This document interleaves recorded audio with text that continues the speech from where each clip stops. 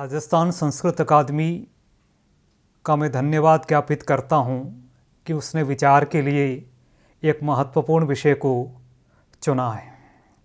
स्वराज्य, संस्कृत और गांधी, इस विषय पर कुछ बातें करना इसलिए महत्वपूर्ण है कि अब हम आज़ादी की 75वीं वर्षगांठ मनाने जा रहे हैं। संस्कृत, स्वराज्य और गांधी से भारत स्थानीय दृष्टि का कोई एक त्रिकोण बन सकता है या बना भी है, इसकी संभावना पर विचार किया जाना चाहिए। दोहराना चाहूँगा कि भारत स्थानीय दृष्टि के अनेक स्थानों में वह एक त्रिकोण है, एकमेव त्रिकोण नहीं। यही नहीं, अपितु स्वराज्य के साथ संस्कृत व अन्य भाषा के साथ बने ज्योतिर्मय त्रिकोणों में गांधी दृष्टि के समकक्ष अन्य दृष्टियां भी उतने ही तेजोमय त्रिकोण बनाती हैं। संस्कृत के साथ गांधीवाद, उदारवाद और क्रांतिवाद के इन तीनों को ही त्रिकोण बनते हैं। आज हम किसी एक त्रिकोण पर विचार कर रहे हैं और वह त्रिकोण है स्वराज्य, संस्कृत और गांधी। संस्कृत के साथ ये जो त्रिकोण बनता है, इस त्रिकोण का जन्म एक बिंदु से हुआ करता है। आगम परंपरा में त्रिकोण को अधोमुख और ऊर्ध्वमुख मानने की बात कही जाती है। किसी त्रिकोण को अधोमुख तब कहा जाता है जब उस त्रिकोण को बना हुआ भी दिखाना है और उसकी निष्क्रियता को भी प्रतिपादित करना है, उसे जतलाना है। तो संस्कृत, स्वराज्य और गांधी का एक जीवंत त्रिकोण कब कब बना है और वह कब निष्क्रिय हुआ है, इस बारे में हम कुछ विचार कर सकते हैं।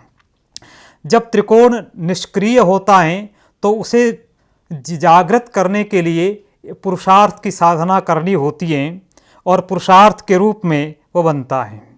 भारत की स्थानीय कहे, देशीय कहे, राष्ट्रीय कहे या आप आत्मदृष्टि कह लीजिए, वह आत्मदृष्टि जो है वही बिंदु के रूप में मौजूद होती हैं और उसी बिंदु से ये त्रिकोण निकल करके हमारे सामने आता है। ये जो त्रिकोण जो है, इस त्रिकोण की चर्चा आज हम करना चाहेंगे। हमारी अनुभूति और हमारे जीवन में ये त्रिकोण कितना स्पंदमान है और कितना निष्क्रिय, इस पर गहन विचार किया जा सकता है। आत्मसत्ता केंद्र है और उसकी बाहरी परिणतियों वाला स्वराज्य त्रिकोण की एक भुजा बनता है तो उसकी दूसरी भुजा उस व्यक्ति के रूप में सामने आता है, जिसके अंदर स्वराज्य पूर्ण रूप से अभिव्यक्त हो सका है, और वह व्यक्ति, उसे मैं गांधी कहना चाहता हूँ। अब हम त्रिकोण की दो भुजाओं में एक भुजा जिसे संस्कृत कह रहे हैं, उस संस्कृत की व्याख्या किस रूप में करना चाहेंगे, तो मुझे लगता है कि त्रिकाल में प्रतिष्ठित सातत्य व संस्कृत के रूप में हमारे सामने हैं। उसको मैं परिभाषा में इसलिए नहीं बांधना चाहूँगा क्योंकि वह मेरे अध्ययन की सीमितता की वजह से उस पर मैं ठीक से न्याय नहीं कर सकूँगा। चूँकि संस्कृत को लेकर के हम जो विचार कर रहे हैं, तो संस्कृत, गांधी और स्वराज्य, इसका अनेक तरह से विचार हो सकता है। संस्कृत कैसे स्वराज्य में प्रतिष्ठित कर सकती है और स्वराज्य कैसे संस्कृत में प्रतिष्ठित हुआ है, तथा दूसरा प्रश्न कि गांधी की चेतना में संस्कृत का क्या स्थान है और संस्कृत में गांधी की चेतना को किस तरह से उकेरा गया है या किस तरह से गांधी की चेतना संस्कृत में आती है, या हम अपनी सीमाओं के कारण और समय की सीमा के कारण कुछ संकेत कर सकेंगे। स्वराज्य की मांग भारत की अपनी मांग थी या ये मांग अंग्रेजी शिक्षा और अंग्रेजी चेतना के कारण जन्मी है, ये एक दूसरा महत्वपूर्ण प्रश्न है। ये प्रश्न निस्संदेह जटिल है, कठिन है और इसके साथ साथ कठोर भी है, किंतु हमें इस प्रश्न से बचना नहीं चाहिए। दूसरा एक प्रश्न जो इससे भी कठोरतर है, वह प्रश्न ये है कि अंग्रेजी की चेतना या अंग्रेजी की पढ़ाई से स्वराज्य की कोई न कोई मांग उठी तो है, किंतु वह स्वराज्य जो अंग्रेजी की चेतना से उठा है, उस स्वराज्य की व्याप्ति कहाँ तक है, उस स्वराज्य का स्वरूप क्या है, इस पर भी हमें बात करनी चाहिए। 1947 की आज़ादी के साथ बहुत से तथ्य और सत्य जुड़े हुए हैं। देश सांप्रदायिक आधार पर विभाजित हो गया, देश की व्यवस्थाएं अलग अलग बनती रही हैं।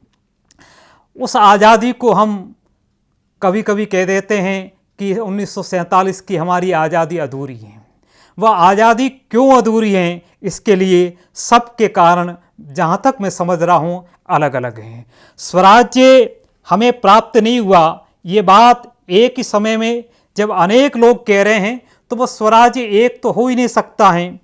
तो अंग्रेजों से आज़ादी सभी चाहते थे, किंतु सबकी आज़ादी के मानदंड क्या थे, सबका अपना स्वराज्य जो था वह अलग अलग स्वराज्य था। गांधी का अपना स्वराज्य क्या था और वह स्वराज कितना भारतीय था। मेरे इस पर आप प्रश्न उठा सकते हैं कि जो स्वराज भारतीय नहीं है वह स्वराज कैसा, किंतु ये भी आपके विचार का विषय होना चाहिए। दूसरा महत्वपूर्ण प्रश्न ये है, क्या संस्कृत में स्वराज की चेतना को वहन करने की प्राणवत्ता है, इस पर भी हमें विचार करना चाहिए। इसमें कोई संदेह नहीं है कि अनेक प्रकार के स्वराज्य की दृष्टियां आज़ादी के आंदोलन में काम करती हैं और उन सब का अपना अपना महत्व है, किंतु मैं ये कहना चाहूँगा कि बहुत से ऐसे स्वराज्य के स्वरूप हैं जो भारत की मिट्टी में या तो उग नहीं सकते, यदि उग जाए तो वे उन पर स्वराज्य भारत की मिट्टी में भारत की स्वप्न, बहुत से स्वराज्य ऐसे हैं जो भारत की मिट्टी में उग नहीं सकते हैं, यदि उग जाए तो फूल नहीं सकते हैं, यदि फूल भी जाते हैं तो वे स्वराज्य हमारे लिए फलीभूत नहीं हो सकते हैं। फलीभूत होने का अर्थ उस स्वराज्य का पूरे राष्ट्र के लिए कल्याणोदर्क और पुण्योदर्क बन जाना है।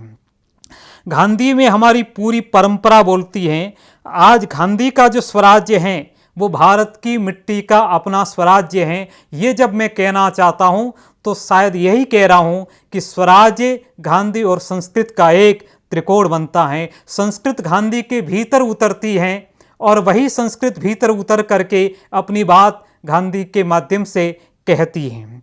और केवल यहाँ तक नहीं होता है, गांधी भी संस्कृत के भीतर उतरते हैं। किस तरह उतरते हैं, इस पर गहन विचार करने की जरूरत है। एक बात और कहना चाहूँगा, यदि आज गांधी होते तो वे आज़ादी को अधूरी नहीं कहते, उनकी अपनी भाषा में वे कह सकते थे। एक बार गांधी ने कहा था तिलक को लेकर के कि स्वराज्य हमारा जन्मसिद्ध अधिकार है, वह तिलक गीता का पूर्वार्थ है। स्वदेशी हमारा जन्मजात कर्तव्य है, ये तिलक गीता का उत्तरार्थ है। ये भाषा जो गांधी बोल रहे हैं वह एक अलग तरह की भाषा है, इसको समझने की जरूरत है। मैं ये समझ रहा हूँ कि स्वराज्य के अधिकार और स्वदेशीयता के कर्तव्य के बीच में जो अटूट संबंध है, उसके अंदर गांधी के स्वराज्य की पूरी अवधारणा समा जाती है। गांधी के स्वराज्य की जो अवधारणा बनी वह बौद्धिक विमर्शों से या बहस से नहीं बनी, उसका योगदान है, किंतु वह मूल रूप से भारत के जमीनी यथार्थ से पैदा होती है। उसमें 1857 के विफल हो चुके संग्राम की प्रेरणाएं काम कर रही हैं। गांधी जी का जो असहयोग है, बहिष्कार हैं, सविनय अवज्ञा हैं, इनके खोल बाहर के विचारकों से प्राप्त किए हो सकते हैं, किंतु उसके भीतर जो सांसें धधक रही हैं वो भारत के अपने लोक की सांसें हैं। अब इस चर्चा को संस्कृत का स्वराज्य किस तरह से गांधी के स्वराज्य के साथ जुड़ता है, इसके अतिरिक्त भी संस्कृत में दृष्टियाँ आई हैं, उस पर भी विचार हम जब करें तो एक तिथि मेरे ध्यान में आती है, 2 मई 1908। 2 मई 1908 की तिथि वह है जब भारतीय स्वतंत्रता संग्राम के परिदृश्य पर गांधी का आविर्भाव नहीं हुआ था। गांधी भारतीय परिदृश्य में 1915 से उभरते हैं और ये तिथि वह तिथि है जब हिंद स्वराज का आविर्भाव नहीं हुआ था। इस तिथि को चयन करने का मेरा आधार है कि 2 मई 1908 को अंग्रेज सरकार महर्षि अरविंद को, महायोगी अरविंद को जेल में बंद कर देती है। अलीगढ़ की जेल में बंद हुए महर्षि अरविंद एक रात को स्वप्न देखते हैं और स्वप्न में वो देखते हैं कि भारत माँ उनको दिखाई देती है और भारत माँ के को बेड़ियों में बंधी हुई है। आप इस बात पर जरूर विचार करें कि भारत माँ के हाथों की हथकड़ियों की जगह उन्हें पैरों में बेड़ियां दिखती हैं। ये जो भारत माँ को स्वप्न में अरविंद देखते हैं, उस स्वप्न टूटने के बाद में भी वो उसी भावाविष्ट दशा में, मैं ये नहीं समझ पा रहा हूँ कि अरविंद के जागरण का प्रतिफलन उनके स्वप्न में हुआ है या उनके स्वप्न का प्रतिफलन उनके जागरण में हुआ है, या उनका स्वप्न और जागरण कोई अलग अलग नहीं है, नहीं है, किंतु वह उसी भावाविष्ट दशा में संस्कृत में एक कविता लिखते हैं। 99 श्लोकों के अंदर लिखी गई जो कविता हैं, उस कविता के आरंभिक 4 श्लोकों में महर्षि अरविंद एक जो बात उठाते हैं, उसके अंदर एक तरह से वह एक ही भारत को 2 भागों में विभक्त कर देते हैं।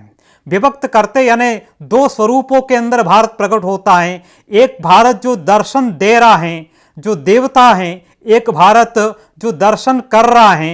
वो 2 तरह का भारत, और वह भारत 2 तरह से विभक्त हुआ है, मूल रूप से एक ही भारत है। और अरविंद अपने आप को दर्शन करने वाले भारत के रूप में रखते हैं और का दर्शन कर रहे हैं, वह भी भारत हैं, और अरविंद उसे भारत माँ कहते हैं। अरविंद कहते हैं कि भारत माँ जो दर्शन दे रही हैं, वो मुझ उस व्यक्ति को दर्शन दे रही हैं, तो अपने को जिसका प्रतिनिधि बता रहे हैं, उस भारत का को भी रख रहे हैं, जिस रूप में भारत माँ दर्शन दे रही है उसको भी रख रहे हैं। अरविंद कहते हैं कि मुझे भारत माँ के दर्शन तब हुए जब मैं सुख की सैया पर सो रहा था और मैं उस दुरात्मा के पांवों को पूज रहा था जिसके पांव मेरे भाइयों के खून से रंगे हुए थे। तो मैं सबसे पहले अरविंद की कविता के 7 पद्य आपके सामने रखना चाहूँगा। जो 7 पद्य, उसको हिंदी अनुवाद भी आपके सामने रखूँगा। पहले जो 4 पद्य हैं उसके भीतर अरविंद किस स्थिति में थे जब उसको भारत माँ ने दर्शन दिया। पीछे के जो 3 पद्य हैं, भारत माँ ने किस रूप में दर्शन दिया। ये 2 दर्शन करने वाला भारत है, दर्शन देने वाला भारत है। इस भारत माँ के स्वरूप को हम संस्कृत कविता किस तरह प्रस्तुत करती है और वही फिर किस तरह गांधी की चेतना में फलीभूत होती है, इसको हम समझने का प्रयत्न करेंगे। अरविंद अपनी कविता को प्रारंभ करते हैं। सुखे निमग्न शयने यदासम मधोश्चरथ्यासु मनश्चचार सचिन्तयामास कुलानि काव्यं दाराश्च भोगाश्च सुखं धनानि कान्तेश्च शृंगारयुतिश्च हृष्टो गाने सछन्दो ललितं बबन्ध जगौ च कान्ता वदनं सहास्यं पूज्ये च मातुश्चरणे गरिष्ठे चक्रंदभूमि परितो मदीया खलो हि पुत्रा नशुरो ममर्द स्वार्थेन नीतो हमनर्च पादे दुरात्मनो भ्रातृवधेन लिप्ते सुखं मृदावास्तरणे शयानं सुखानि भोगान् वसु चिन्तयन्तं पस्पर्श भीमेन करेण वक्षः पस्पर्श भीमेन करेण वक्षः प्रत्यक्षमक्षणोश्च बभूव काली प्रत्यक्षमक्षणोश्च बभूव काली। इसको मैं हिंदी में प्रस्तुत करने का यत्न करता हूँ कि जब डूबा था सुख की सैया में, बसंत की गलियों में मन विचरता था मेरा, सोचता था मैं अपने कुलजनों को, काव्य को, पत्नी को, भोगों को और सुख और धनों को। जब डूबा था सुख की सैया में, बसंत की गलियों में मन विचरता था, सोचता था मैं अपने कुलजनों को, काव्य को, पत्नी को, भोगों को, सुख और धनों को। प्रसन्न मैंने बांधा था छंद कमनीय व श्रृंगारी गानों से, गा रहा था हंसते हंसते कांता के वदन को, गा रहा था हंसते हंसते कांता के वदन को। जबकि पूजे जाने ते चरण द्वये माँ के, जगौ च कांता वदनम सहास्यम पूज्य च मातुश्चरणे गरिष्ठे। इसकी व्याख्या जो स्वयं अरविंद आश्रम से प्रकाशित काव्य में जो की गई है उससे मुझे सहमति नहीं है, इसलिए मैंने अपनी व्याख्या को अनुवाद में उतारा है कि कांता के वदन को गाराता हंसते हंसते कांता के वदन को, जबकि पूजे जाने ते चरण द्वये माँ के, तभी कर उठी क्रंदन चौ और भूमि, दबोच लिया था दुष्ट असुर ने उसके बेटों को, स्वार्थ को गया करता था अर्चन में उस दुरात्मा के पावों का, जो लीपे हुए थे मेरे भाइयों के खून से। कोमल बिछोने पर सुख से सोहे, सुख भोग और धनों को सोच रहे, अपने भयानक हाथ से का छुआ काली ने मुझे छाती में, काली ने मुझे छाती में, काली हो चुकी थी साकार मेरी दोनों आंखों में। ये काली जो साकार हुई है, इस काली का स्वरूप क्या है, ये इसको आप देखिए कि वो काली कैसी काली हैं। उस पर अरविंद कह रहे हैं कि नरास्तिमालाम नृकपाल कांचिम ब्रिकोदराक्षिम क्षुदिताम दरिद्राम, पृष्ठे वृणांका मशुर प्रतोदे, सिहिम नदंति वहंतु कामम, क्रूरे क्षुधार्ते नयनेर्ज्वलद्भिर विद्योतयन्तीं भुवनानि विश्वा, हुंकार रूपेण कटुनाश्वरेण विदारयन्तीं हृदयं सुराणाम्, आपूर्य विश्वं पशुवत् पिराविर्लीयमानाश्च हनूकराले, क्रूरांच नग्नां तमसीव चक्षुर हिंसस्य जंतुर्जननीं ददर्श। इसका अनुवाद आपके सामने प्रस्तुत करता हूँ कि वह काली जिसने कवि के छाती में एक भयानक हाथ से उसे छुआ है वह कैसी है। नर अस्तियों की पहने माला, नृकपालों की बांधे करधनी, भेड़ियों सी आंखों उदर वाली, भूखी और कंगाल, पीठ पर असुरों के कोड़े से चिन्हांकित, सिंहनी सी गरजती और मारने को मानो दौड़ पड़ी सी, क्रूर भूख से बिलबिलाती, भभकते नयनों से समस्त भुवनों को दीपित करती हुई, हुंकार के कटुस्वर से देवों के हृदयों को विदीर्ण करती, ढोरों की तरह भर विश्व को अपनी चिल्लाहटों से स्वयं की दोनों ठुड्डियों को चाटती, क्रूर नग्न और वह कैसी है, क्रूर नग्न और अंधियारे में हिंसक पशु की आंख सी मां को देखा मैंने। मुझे ये कहने की आवश्यकता नहीं है कि वो असुर कौन थे जो इस काली रूपी भारत माँ के पीठों पर कोड़े बरसा चुके थे। और ये भारत माँ अरविंद को जो दृष्टिगोचर हुई है वो भारत माँ काली के रूप में दृष्टिगोचर हुई है, लक्ष्मी या सरस्वती के रूप में दृष्टिगोचर नहीं हुई है।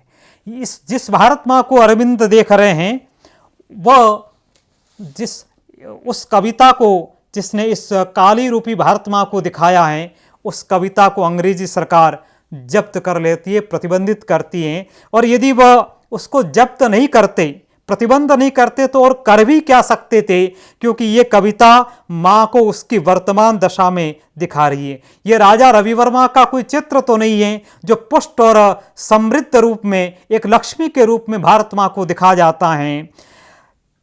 अरविंद की इस कविता के 30 साल बाद पंडित जवाहरलाल नेहरू 1938 में लंदन में एक कार्यक्रम के अंदर रात्रि भोजन के बाद समृद्ध भारतीयों से कहते हैं कि मेरे चित्त में जो भारत माँ है वो रवि वर्मा द्वारा चित्रित भारत माँ नहीं है।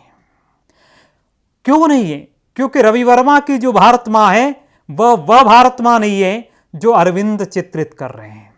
रवि वर्मा की भारत माँ कल का यथार्थ हो सकता था, अतीत का सच हो सकता था, वो वर्तमान का सत्य नहीं था।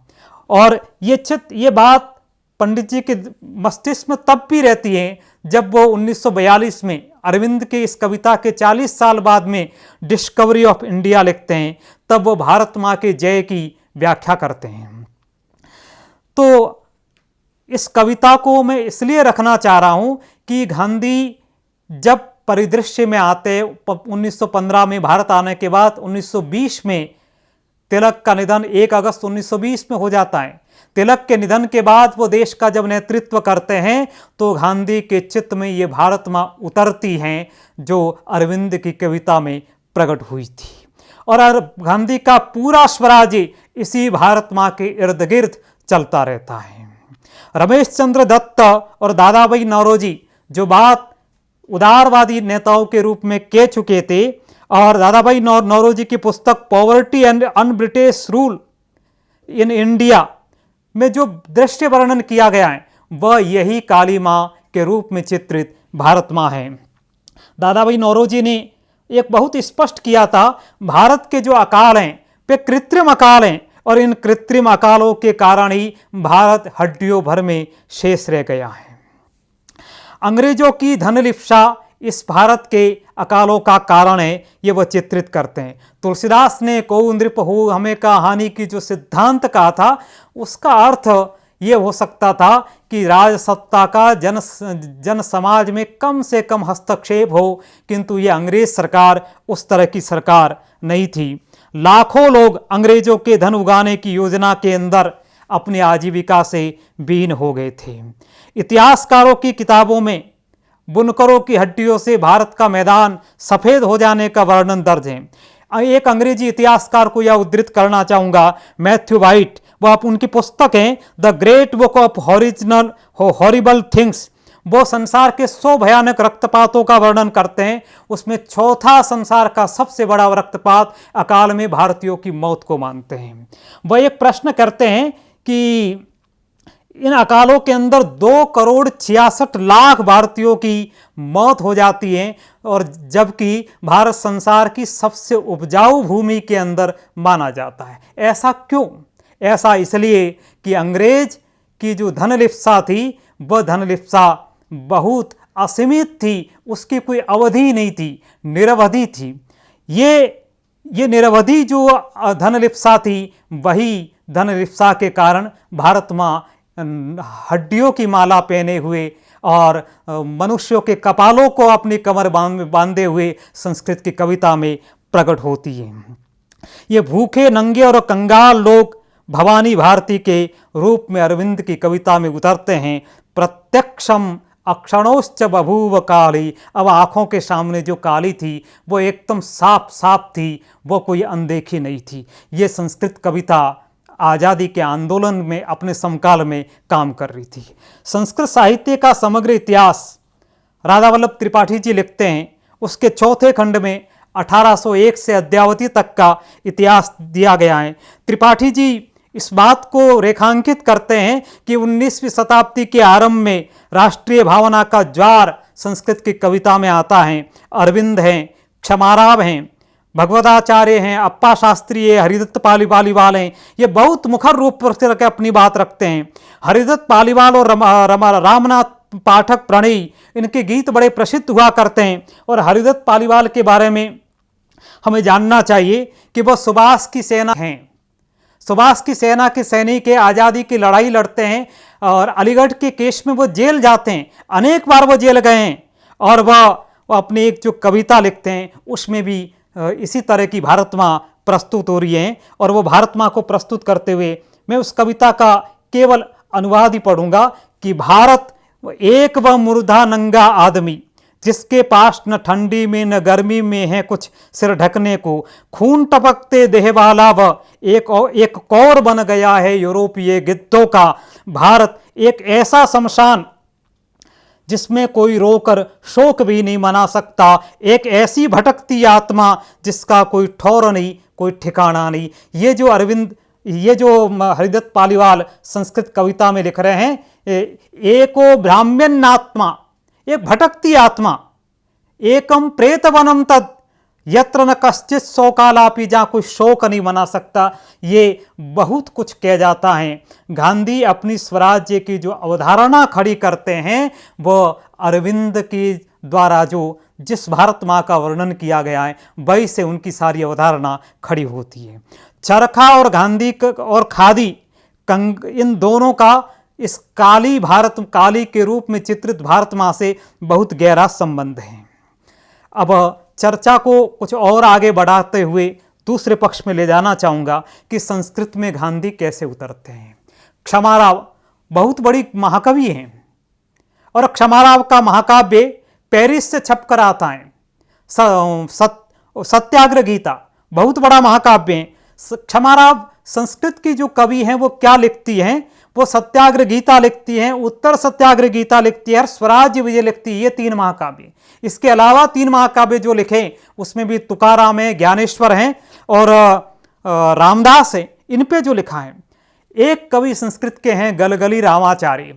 1920 में गांधी असहयोग आंदोलन चलाते हैं और 1922 में रामाचार्य एक महाकाव्य लिख देते हैं और महाकाव्य का जो नाम रखते हैं स्वराज्य रत्नाकर। स्वराज्य रत्नाकर जब कवि लिख रहे हैं तो वह स्वराज्य और गांधी दोनों को ठीक ठीक समझ रहे हैं। स्वराज्य उनके लिए रत्नाकर हैं और कैसे कैसे रत्न इस समुद्र की लहरियों में, तो वह इसके भीतर स्वराज्य रत्नाकर के अंदर 5 लहरियां लिखते हैं, लहरी काव्य लिखते हैं और वे 5 लहरियां हैं स्वदेशी लहरी, स्वदेशीय लहरी, गांधी टोपी लहरी और चरखा, बहिष्कार और जेल। ये जो इनको 5 के अंदर लिखते हैं, उनके चरखा के लिए उन्होंने श्री चक्र शब्द का प्रयोग किया है। ये जो ये लिख रहे हैं तो महात्मा गांधी का समग्र वांग्मय और ये जीवन इन 5 आधारों पर टिका हुआ है। गांधी के लिए विदेशी वस्त्र का बहिष्कार, अंग्रेजों का तिरस्कार नहीं है, उसका संबंध भारत की रोजी रोटी से है, आजीविका से है। मैं कुछ लंबे उद्धरण गांधी जी के देने के लिए यहाँ विवश हूँ। वह कहते हैं कि हम कपड़े के लिए प्रतिवर्ष 60 करोड़ रुपए भारत से बाहर भेजते हैं। ये 60 करोड़ 1920 की बात मैं कर रहा हूँ। 60 करोड़ रुपए भारत से बाहर भेजते हैं। हम कपड़ों के लिए रुई यहाँ पैदा करते हैं और क्या ये पागलपन नहीं है कि रुई बाहर भेजी जाए और उससे तैयार माल जहाज से वापस आए। वो इसका परिणाम देखते हुए कहते हैं कि क्या भारत को इस निस्सहाय अवस्था में पहुंचाना सही था। और एक बात जो विशेष करके गांधी जी कह रहे हैं कि लाखों लोगों पर जबरदस्ती थोपी गई इस निष्क्रियता ने देश को गरीब बना दिया है। वो कह रहे हैं एक सोची समझी साजिश कि भारत से आजीविका छीन ली गई और फिर उस भारत को गरीब कहा जा रहा है, कंगाल कहा जा रहा है। ये कंगाल बनाने वाले कौन है, ये विमर्श गांधी कर सके हैं और इस विमर्श को कर सके हैं। और चरखा उनके लिए क्या है, तो गांधी जी के शब्द पढ़ना चाहूंगा और वो कह रहे हैं कि बहुत से जिलाओं कुछ ने किराए की सिपाही बनाने का पेशा अपना लिया है। कलाकार जिलाओं की आधी आबादी नेस्ताबुद हो गई है। स्वराज्य का अर्थ है कि कम से कम इतना अधिकार प्राप्त करना जिससे राष्ट्र के आर्थिक अस्तित्व को खतरा पहुंचाने वाले आयातों को बंद किया जा सके। कृषि और चरखा राष्ट्र रूपी शरीर के 2 फेफड़े हैं। फेफड़े वो 2 अंग होते हैं जिसके बिना हमारे प्राण बच नहीं पाते हैं, हम सांस ले नहीं पाते हैं। अभी कोरोना काल गया, फेफड़ों की महत्ता को हम अच्छी तरह से समझते हैं। चरखा और कृषि को जो राष्ट्र के प्राण बनाना, स्वराज्य को गांधी पूरे जनगण से जोड़ते हैं। उनकी स्वराज्य की अवधारणा किसी राजा तक सीमित नहीं रह जाती है और ये जो राजसत्ता तक की भागीदारी निभाने वालों तक सीमित नहीं रह जाना आंदोलन को, ये संस्कृत के स्वराज्य की अवधारणा से मेल खाता है। राजसत्ता के बाद जो अर्थसत्ता, वो गांधी के विचार का, उनके स्वराज्य का एक अनिवार्य अंग है। राजसत्ता को हम यदि धर्म नामक पुरुषार्थ कहे तो अर्थसत्ता अर्थ नामक पुरुषार्थ है और तीसरा पुरुषार्थ है काम। काम अर्थात कामनाएं, इच्छाएं, भारत की आकांक्षाएं, उसका काम पुरुषार्थ है। चौथा पुरुषार्थ मोक्ष है जो आत्मचेतना पर पड़े हुए सभी आवरणों को भेद करके पार जाता है। गांधी के लिए ये चारों अलग अलग नहीं हैं, ये चारों एक दूसरे से गूंथे हुए हैं, मिले हुए हैं। हमारे यहाँ पुरुषार्थ चतुष्टयम जब कहा जाता है तो वो चारों पुरुषार्थ अलग नहीं रहते, उनकी एक वाक्यता हो जाती है। तो स्वराज्य की इतनी बड़ी बृहद अवधारणा गांधी के अलावा यदि कहीं अन्यत्र है भी तो वह स्पष्ट नहीं होती है, इसलिए गांधी के वक्तव्य हमारे लिए दुरूह बन जाते हैं। मैं ये और कहना चाहूँगा कि गांधी के वक्तव्य हमारे लिए जो आधुनिक भाषा को पढ़े हुए उनके लिए दुरू हो सकते हैं, वो भारत के किसान के लिए, वहाँ की श्रमिक के लिए और यहाँ का पारंपरिक समाज है उसके लिए वो सहज भाषा है। गांधी के स्वराज्य में प्रजा सबसे पहले है, राज्य की सत्ता सबसे बाद में है। और एक चीज़ और जो गांधी पर आक्षेप लगाया जाता है कि ये अध्यात्म की बात करते हैं, व्यवहार जगत की बात नहीं कर रहे हैं। तो उस पर मैं कहना चाहूँगा कि गांधी एक ही ऐसे व्यक्ति हैं, भारत के अध्यात्म को इस अर्थ में नहीं देखते हैं कि भारत विश्व कल्याण की तीर्थ यात्रा पर चला जाए, वह ये चीज़ नहीं देखते हैं। गांधी बहुत स्पष्ट रूप से कहते हैं कि भारत को मानवता के लिए मर मिटने से पहले स्वयं जीना सीखना चाहिए। इस वाक्य का क्या अर्थ हो सकता है, इसको आप देखें। ये गांधी जी के जो विचार हैं, जो वो संवाद कर रहे हैं गुरुदेव रविंद्रनाथ टैगोर के साथ में, तब वो कह रहे हैं। एक उद्धरण और आपके सामने रखने चाहूँगा जिसमें गांधी वो ये कह रहे हैं कि टैगोर एक कविता लिख रहे हैं और जिसमें भविष्य का स्वप्न दिखा रहे हैं। गांधी कहते नहीं, मुझे वर्तमान को देखना है। और वो कहते हैं कि करोड़ों भूखे लोग आज एक ही कविता की मांग कर रहे हैं, भूख मिटाने वाली भोजन रूपी कविता, लेकिन वह उन्हें कोई नहीं दे पा रहा है। उन्हें अपना भोजन स्वयं प्राप्त करना है, ये बात वो कह रहे हैं। और वे प्राप्त कर सकते हैं सिर्फ अपने भाल का पसीना बहाकर। और यहाँ फिर गांधी गीता के 3 अध्याय के कुछ श्लोक उद्धृत करते हैं और उन श्लोकों की व्याख्या का हमारे पास अवसर नहीं है। नियतम कुरु कर्मत्वम यहाँ से लेकर के और वह अगायु इंद्रिया रामो पार्थ मोगम सजीवती 8 से लेकर के 16 तक के जो श्लोक है गांधी की 3 अध्याय की, उनको उद्धृत करते हुए कहते हैं कि मेरे लेखे चरखे का समस्त साहित्य इसमें नहीं थे। और वो कहते हैं कि जिसे चलाना मैं आज के भारत के लिए अनिवार्य यज्ञ मानता हूं, वह यज्ञ की भी व्याख्या कर रहे हैं, चरखे की भी व्याख्या कर रहे हैं। ये एक महत्वपूर्ण बिंदु गांधी को समझते हुए हमें देखना चाहिए। जब रविंद्रनाथ टैगोर विदेशी कपड़ों को जलाने का विरोध करते हैं, तब वो एक बात कहते हैं कि टैगोर ने कहा कि कपड़े गरीबों को दिए जा सकते हैं। तब गांधी जी एक आपत्ति करते हैं कि अगर मैं उन्हें काम न देकर कपड़े देता हूं जिनकी उन्हें जरूरत नहीं है, तो ये उनका अपमान है। यदि मैं ऐसा करता हूं तो मैं समझूंगा कि उन्हें गरीब बनाने में मेरा भी हाथ रहा है। मैं उन्हें अपनी जूठन और अपने शरीर से उतारा हुआ कपड़ा नहीं दूंगा, बल्कि उनका उचित और गौरवपूर्ण स्थान दूंगा। ये दृष्टिकोण गांधी के जो भीतर आता है वो एक महत्वपूर्ण दृष्टिकोण है, उसे समझने की आवश्यकता है। भारत का लोक और शास्त्र दोनों ही वृत्तिच्छेद को, आजीविका के नाश को उसकी हत्या करना मानते हैं। ये स्वराज्य की अवधारणा गांधी के भीतर विकसित हुई है। समय कुछ अधिक हो रहा है, इसलिए मैं इसको और आगे बढ़ाने हुए कहना चाहूँगा कि गांधी जी का जो असहयोग आंदोलन है उसमें चरखा भी हैं, खादी भी हैं, कताई भी हैं, बुनाई भी हैं और नशाबंदी भी हैं, अस्पृश्यता का निषेध भी हैं। तो ये सारे जो कार्यक्रम होते हैं वो कार्यक्रम ये बताने के लिए पर्याप्त थे कि वह केवल अंग्रेजों को निकालने तक स्वराज्य को नहीं मानते थे। ये आंदोलन उनके उसके भीतर नमक भी हैं। और ये सारी चीज़ कहते हुए अब मैं एक बात और कहना चाहूँगा, वो कहना चाहूँगा अंग्रेजी और अंग्रेजियत। इसके बारे में गांधी क्या कहते हैं? गांधी कहते हैं कि राम मोहन राय को भी यदि अंग्रेजी में सोचने और अपने विचार व्यक्त करने का झंझट नहीं होता तो वे बड़े सुधारक हो सकते थे। यही बाधा तिलक के आड़े न आती तो वे और भी बड़े विचारक सिद्ध होते। गांधी का एक वाक्य बहुत महत्वपूर्ण है, कोई भी देश अनुवादों की भरमार करके राष्ट्र नहीं बन सकता। ये वाक्य जो गांधी कहते हैं वह समझने योग्य हैं। और वह तो यह भी कह रहे हैं, वह कह रहे हैं कि मैं ये मानने को तैयार नहीं कि राजा राममोहन राय और लोकमान्य तिलक ने जो विचार किए हैं वे उनके दिमाग में अंग्रेजी शिक्षा के बिना आ ही नहीं सकते थे।